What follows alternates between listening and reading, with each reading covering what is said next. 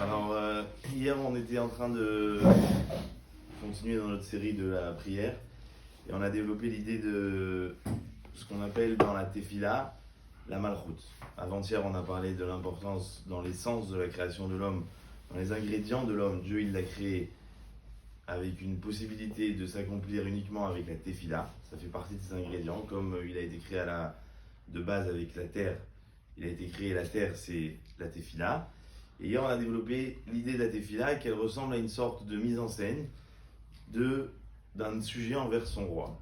Ça veut dire que le Nefesh HaChaim, il rajoute cette idée on continuera à y parler, mais il dit que dans la tefila, il y a ce qu'on appelle Tzorer Gavoa.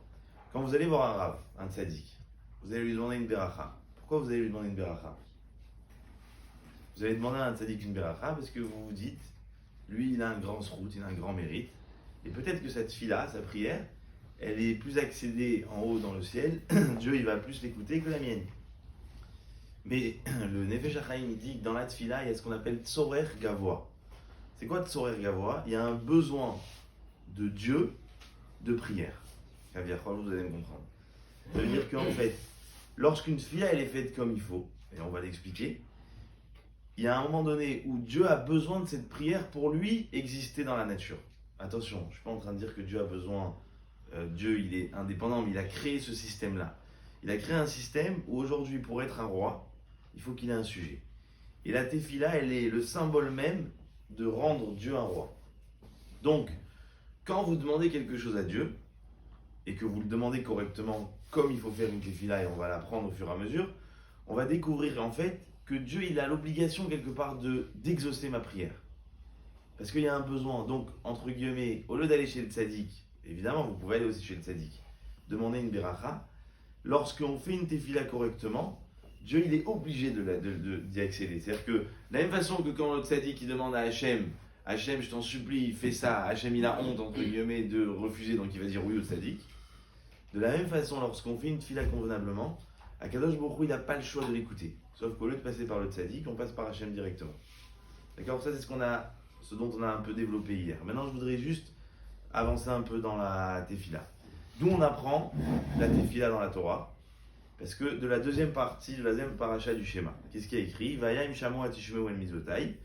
Donc le jour où tu écouteras mes mitzvot, asher anochi mitzav etrem hayom, que je t'ordonne aujourd'hui, les hava, c'est-à-dire d'aimer Dieu et de le servir, ou le rovdo bechol levavchem. La Gemara elle dit, et zeu avoda shebalev zo tefila.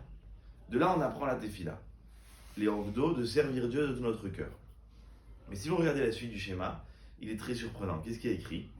Si donc vous servez Dieu comme il faut, alors venatatim et tarartechem beito. Je donnerai la pluie, la récolte, la parnassa. Par contre, attention, Ishameru la reine, faites attention, si jamais vous n'écoutez pas Dieu, alors qu'est-ce qui se passe? Triha. Il n'y aura pas de pluie, il n'y aura pas de parnassa, etc., etc., etc. Et la question que les Chachamim me posent, elle est vraie, elle est extraordinaire. Ça veut dire qu'on fait un business avec Dieu. Tu fais les mitzvot, je te donne la parnassa. Tu fais pas les mitzvot, je te donne pas la parnassa. Ici, on nous parle d'accepter le joug des mitzvot. Dans cette paracha. On nous rabaisse à ça. On nous rabaisse à un business. C'est ça que Dieu il fait avec nous. Alors, écoutez bien. En une phrase rapidement, on continuera demain. En fait, à quoi on se sera attendu?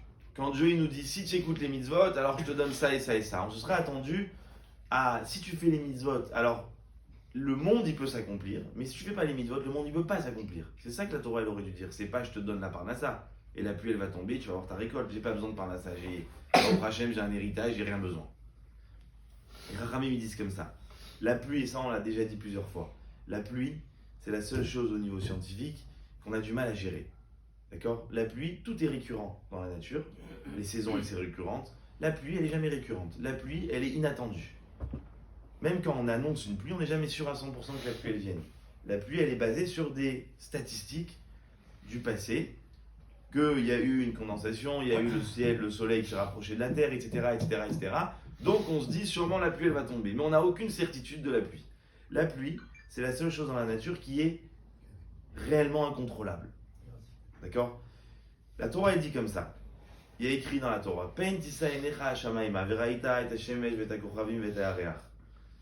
Lorsque tu verras le ciel, les astres, tout ça, alors tu risques d'aller vers l'idolâtrie.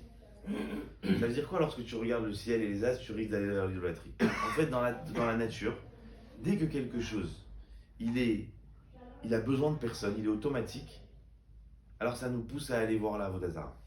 Lorsque une chose, elle s'autosuffit, alors forcément, elle montre une certaine indépendance. Dès qu'il y a une certaine indépendance et une compréhension de la chose, alors on n'a plus besoin d'un Kadosh Baruch Hu.